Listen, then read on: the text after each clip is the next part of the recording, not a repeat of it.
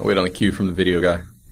This talk is so good you won't want to miss a second of it, or watch it because you don't remember it. Watch it again. So, all right, it's 11 o'clock Sunday, DerbyCon, the dream time slot for every presenter. No, seriously, I'm glad to be here. My name's Russell Butturini. This is Firewall, syncing the next generation firewall. So, before we get started, how many people are familiar with or know what I'm talking about when I say next generation firewall? Okay, pretty good amount. You know, if you're not, or you need a review, then we're going to talk about it. And if you already are, then you can tune out. But cool. So we'll get started. I am on the pen test team at a large healthcare company. I see 1, 2, 3 of my coworkers, and probably some I haven't met, who are here. Anything I say or do in this talk is representing me and not my employer.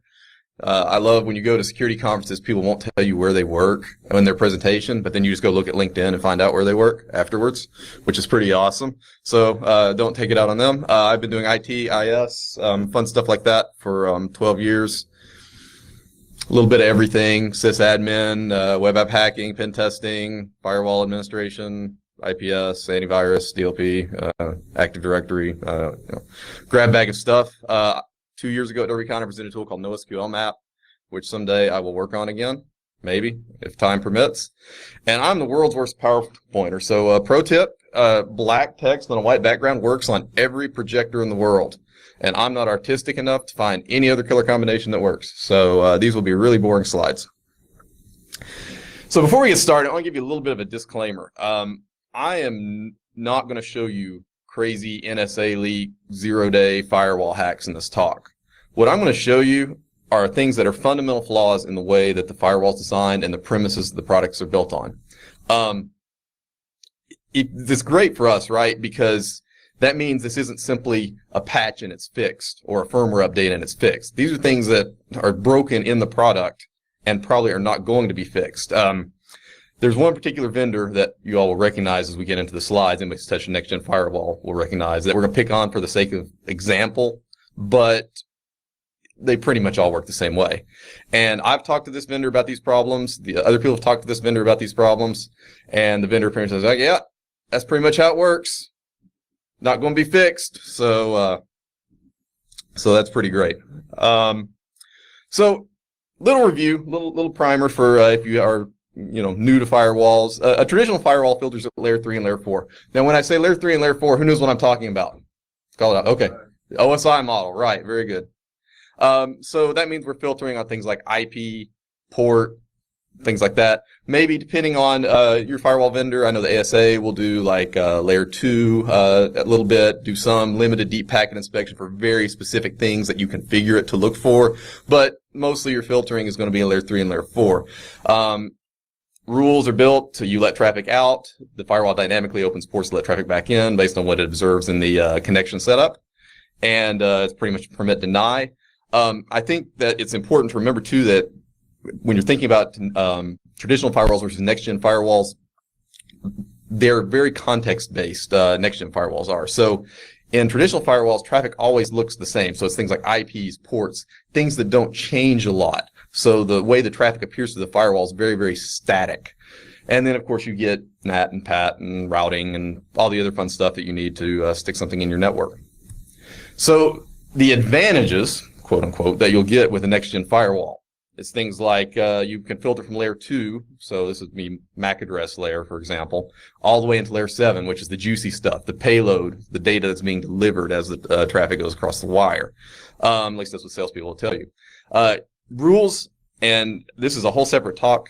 You still have the principles of static context, so IPs and subnets and VLANs and ports, things like that. But you also have dynamic objects. So you take data from external sources like DNS, like Active Directory event logs, like wireless controller event logs, like captive portal authentication. You feed it to the firewall, and it ties that data back to IP-based traffic by parsing out, well, this authentication attempt came from Joe at IP 192.168.1.5 to Active Directory. So if I see traffic from that IP, I'm going to type to Joe, and I can build rules. But Joe can move around the network a lot, right? So your contexts are very dynamic. I think of next-gen firewalls as more of a decision device rather than just a filtering device, because there's a lot of different things you can do based on what that packet looks like. And it could be something as simple as DLP, it could be QoS, it could be route changes, all kinds of different stuff. And then, of course, you get the salesperson buzzword bingo, APT, threat intelligence, threat prevention, all that fun stuff. Cyber, we got to say that. So as security practitioners, we're also here like, oh, man, this is awesome. I mean, this firewall is going to dig down deep into every packet, right? And it's going to look at it, and it's going to match a very, very specific set of characteristics that we specify. And if it doesn't match, then we're just going to drop it. And if we're going to look at the response coming back, and if the response doesn't look like it should, then we're going to drop it, and it's going to be great, and no traffic is going to ever leave the network, and it's going to be awesome. So what I'm going to tell you is that is not exactly true.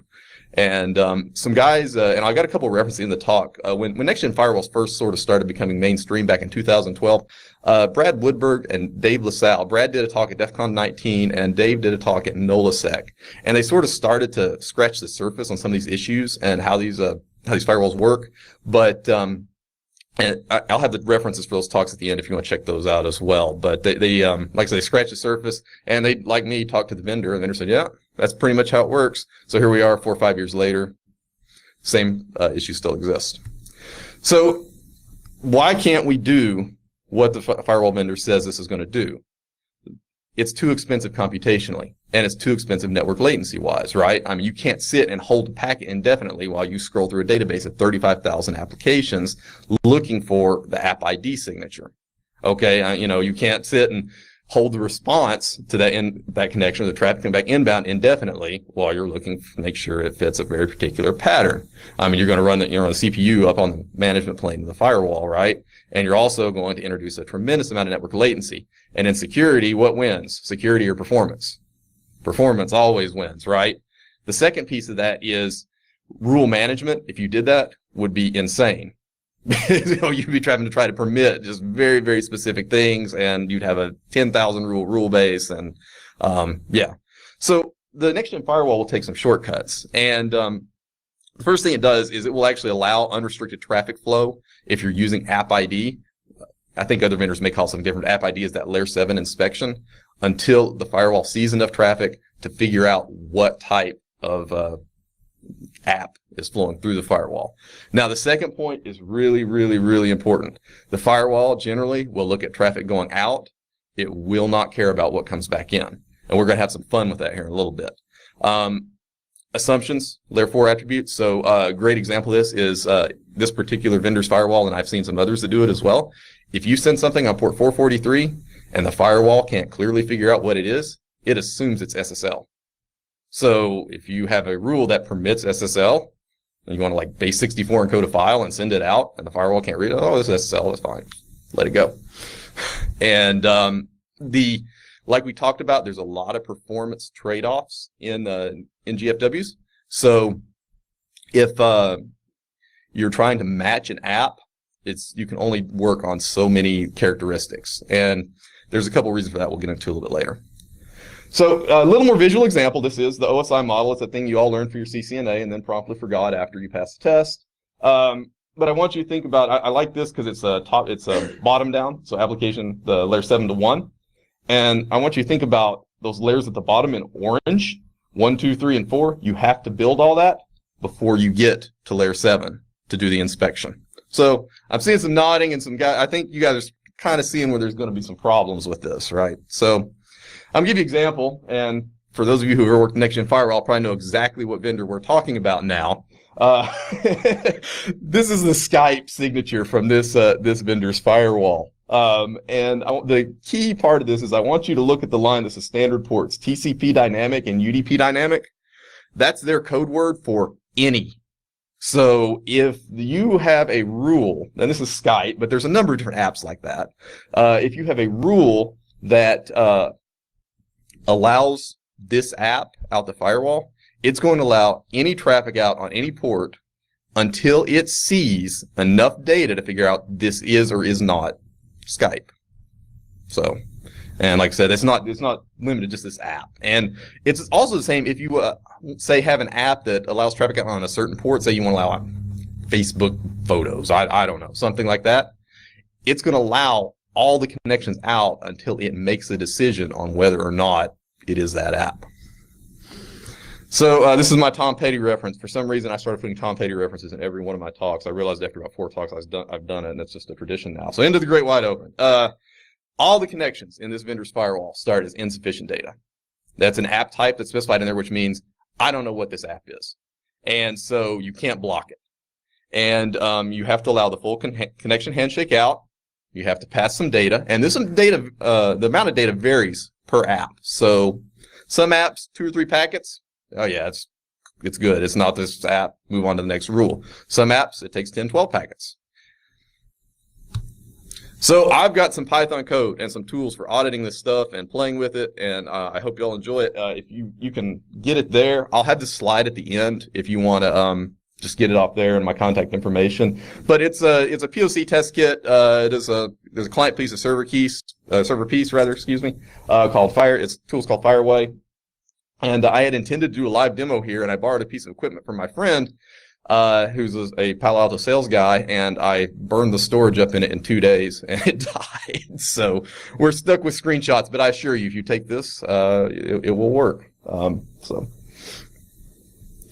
So the first thing I want to talk about is testing this principle of a closed port. So say we have a set of layer 4 ports that we allow out, and we have other ports, but we have other app ID rules where maybe we're allowing some traffic out and trying to match on a layer 7 attribute instead of a layer 4 or layer 3 attribute. So you can start the Firewall server on some past the decision point of the firewall, say the internet, if this is your egress firewall, for example. And, it's pretty simple. Start up on whatever port. Okay, and then inside the firewall, you launch the client and you point it at your server, you start it up. There are 2 modes for the client. Mode 0, which is just send random data in incrementally larger chunks per connection and see how the firewall responds, and the server will also give you some feedback as to how much data it's receiving. Or you can actually open a file and extract it out the network on a closed port, which is pretty cool too. And you specify the size of the chunk. So once you've run your test with mode 0, you can actually specify like, I want to send the file in 200 byte chunks, because I know the firewall's filtering doesn't kick in until it sees 4K of data, something like that. So you basically chunk the file up, the server reassembles it for you, and it's very nice. So show up good. So there's the syntax for the client. So we start it in mode 0. This is a port that's not allowed out the firewall. We start with, say, testing 50 bytes of data. On each new connection, we're going to send 5 more bytes of data. So 50, 55, 60, etc., up to 4K. And so you see what's happening on the server. This is the client is on the left, the server is on the right. Now what's happening, this is a different example, but the client is sending about 100 bytes of data incrementally. The server is watching, and what it's looking for is if it gets the same or a lower amount of data on 2 concurrent connections. If it does, it warns you, then because that way the firewall filtering has kicked into effect somewhere and it started to clamp down on your connection because you've sent more data than the app ID will let you send. So what does this look like while the firewall or this traffic is going through the firewall? And what's wonderful is the firewall writes logs out of order. And I'm going to tell you something else really funny about this screenshot too. So you see there's actually incrementally larger amounts of data. We have the application type set as insufficient data. So this is the firewall saying, I don't know what this is. Now this is really funny. I wrote a rule to allow ping. Now I'm not saying ICMP, I'm saying ping. So this is an app ID rule that's supposed to allow only echo and echo reply. That app signature will let you stand up a full TCP handshake, transmit data across it, and close it down, and the firewall can't make a decision on whether that is an echo or echo reply packet or not. Well, you tell me. That should be like a 1 packet decision, but it's not. So you see what's happening. We have an app ID signature, or layer 7 signature, or a rule rather, and we're getting traffic out that shouldn't be permitted out because it's on a closed port. Now you see it runs. It's still trying to slide up to about 4K, hits 5, 6K somewhere in there. It says, yeah, I've seen more data than I feel comfortable saying. This matches the ping app signature, and I'm gonna start denying the traffic. So, but we're able to communicate out on a closed port using small chunks of data. So, and then there's just a quick example of moving a file.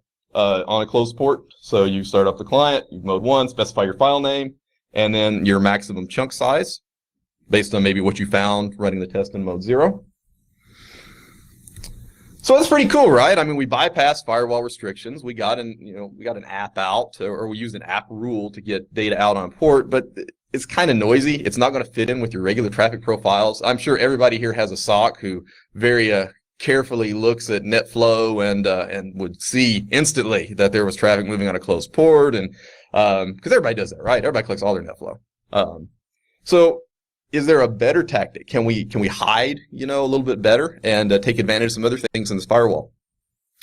So I'm going to give you an example of what a signature looks like. Now, as far as I know, you can't look at this particular vendor, which you all know who it is now, but this particular vendor's database. But people have written custom signatures that you can get. They have a forum, and this was a signature to actually block March Madness streaming basketball, which is, we're in Louisville, so that's offensive, right? But somebody wrote this a couple years ago. You see, the criteria for a match is very, very, very, very simple. So you have an HTTP method, a URI path, and then down there at the bottom, you have a host header. That is it. And I'm going to tell you something. All these 35,000 apps that it's supposedly matching, that's about it. I'd say 90% of them are web apps. And it makes sense, right? Because everything on your network right now looks like a web app. It's either some kind of mobile app making RESTful API calls, or it's a web app, or, everything. HTTP is scalable and it's easy to write and everybody knows it, and everything looks like a web app. So it's fun. We can actually abuse that pretty significantly. So assuming we know that this is the criteria that the firewall is looking for to match a particular app signature, what if I open a socket to an IP I own and I send it something like this? And the firewall really it could care less if it's a well-formed HTTP request or not. So even though this is a GET request, we can even stack a little data here on the bottom. Now, I found that about 5.5, 6K, it'll start saying, yeah, this is not exactly right, and dropping the traffic with a GET request. But so let's just send something like this. And bear in mind, I don't even have a web server in mind. I just have a raw socket, because it doesn't really matter because we're not looking at what's being sent back. It's a one-way inspection. So www.linkedin.com, just requesting the root page. I stuck a user agent in there just for fun. The firewall believes that traffic is LinkedIn traffic, even though it went to my IP and I stacked your data on the bottom of it, and it just matches an internally allowed app. So what about something like this? What if we just take and this is just some random post crap I pulled out of the Facebook API. That's pretty cool. We have a little more room to work because the body of a post request can look pretty much like anything. I mean, and it can be long, short, we have a little more room to work. Or what if we send it something like this, where, say, we started inspecting the response or strict enforcement of a post request, or how the body is supposed to look. We'll just tack extra crap in the HTTP header. The firewall don't care. And the answer is, or the reason for that is, it would be impossible for these app signature vendors to get you an app signature every time there was a minor change in the way that app or that web page or whatever communicated. So if, I don't know, Facebook changes their API key format or their mobile auth key format, Palo Alto or Barracuda or whatever firewall you're using, they can't keep up with that, right? They can't check for that stuff. All they can do is very, very basic checks to see what host are you going to, what page you're requesting, what's the method, and what are you pushing. So Firewall will do this for you. You can pollute up the logs. You can, it will actually spoof, and this is very basic right now, and it looks a lot like that first example I showed with the GET request. But you can chunk up pieces of a file, send them out, spoofed as different applications. So this kind of works as under the guise of normal user surfing or activity. And if you're sitting in the SOC looking at it, it just looks like somebody's browsing the internet. Oh, and also I did add this last week. So because we're making requests for a DNS name in that host header, I set it up so you can actually make a DNS request, and it, now you have a DNS request paired with a web request. That's pretty slick. So that's pretty good, right? I mean, it needs a little work because you're sending a bunch of requests, and I mean, I don't know about your users, but I've seen some users who can surf the web pretty fast, but still, it's not perfect. So you need a little more logic. You need to actually maybe have multiple IPs that you're sending out to, so you're not sending like to link. It doesn't show up in the logs as LinkedIn to an IP one time, then like YouTube the next time, something like that, or a different type of app. And you need to insert delays. So that's all stuff I'm going to work on. Talking to multiple servers, reassembling files and chunks of files that have sent to multiple servers. Those are some things that I'd certainly like to add. One thing I'd also like to add would be functionality, almost like BitTorrent, where you're pulling random chunks of a file out instead and transmitting them instead of sequentially iterating through the file and pulling the chunks out.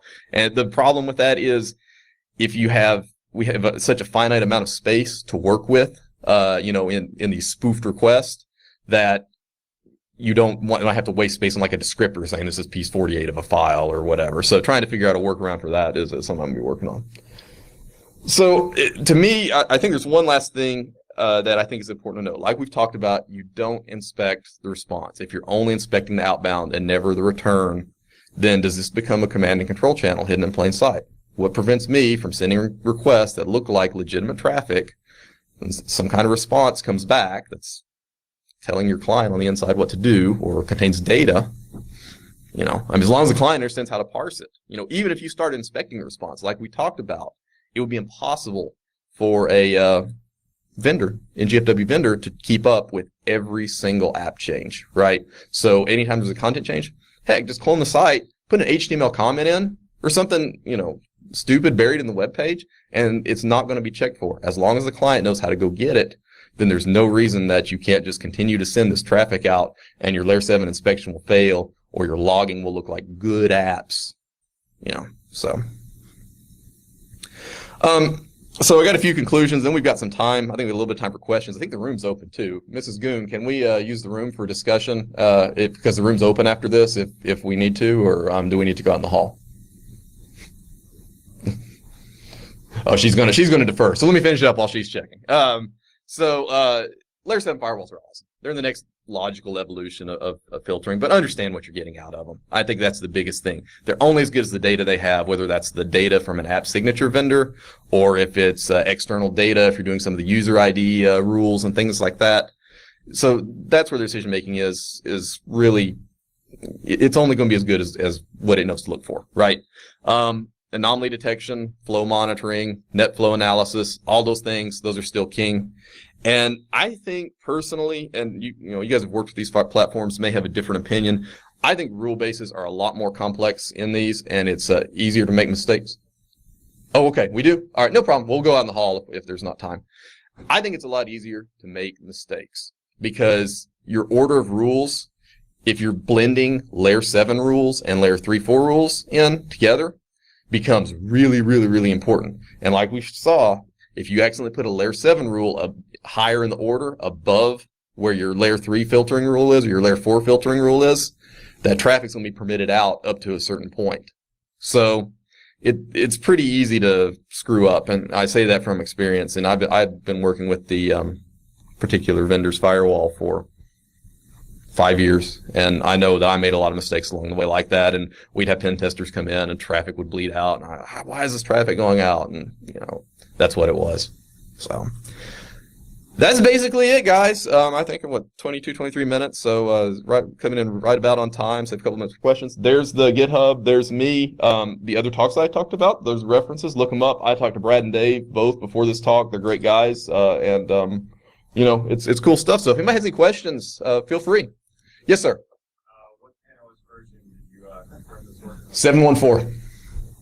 Yeah. Yes, sir.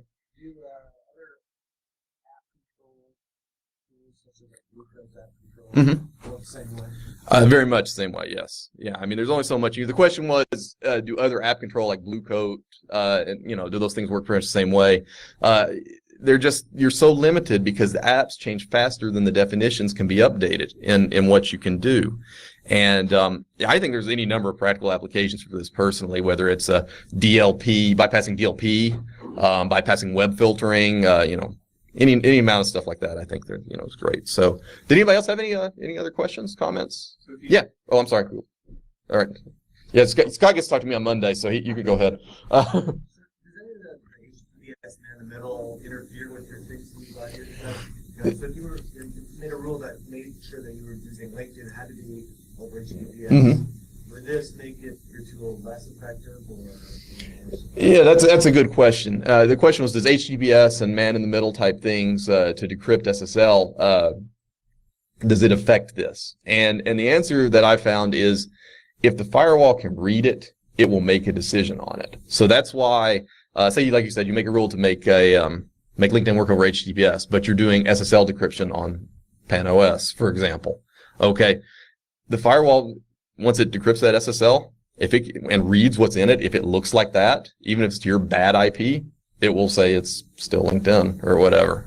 Because, I mean, pretty much anything it can read, it's going to try to make a app ID decision on. So it's not coupling into the actual cert on the other side.